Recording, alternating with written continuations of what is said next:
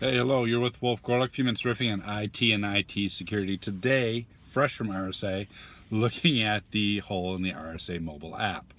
You may hear I got a little bit of a throat issue going on. I think I picked up a conflu at the RSA Conference.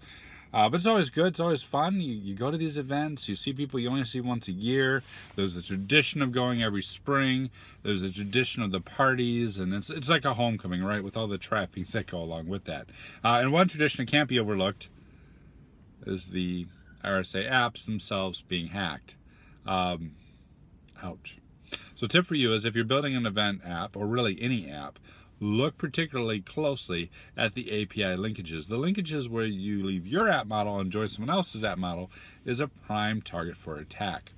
I'll get back to why that happened in just a minute. But when I'm talking about tradition, I think it was 2014, where you had this mobile app that you could share information back to back or peer to peer, and it wasn't set up appropriately, and you could start snarfing all the data of all people around you and whatnot. So 2014 app got hacked.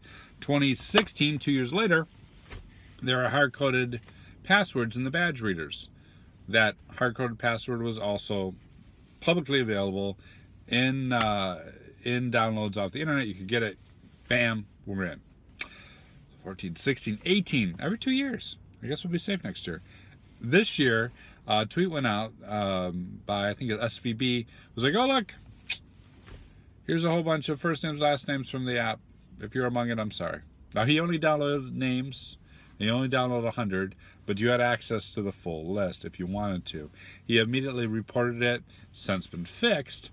How did this problem occur in the first place? Well, it occurred because, like any modern developer ever, RSA developers are not building all the base themselves, right? They're not building all the infrastructure, not building all the foundation. They're using a set of common services. One of those common services is called event-based, which touts itself, a little bit ironically, because I was Googling them being part of a breach, which touts themselves as the most trusted platform in event planning applications, event-based. I don't know that the problem was necessarily them. There's surprisingly few technical details on this.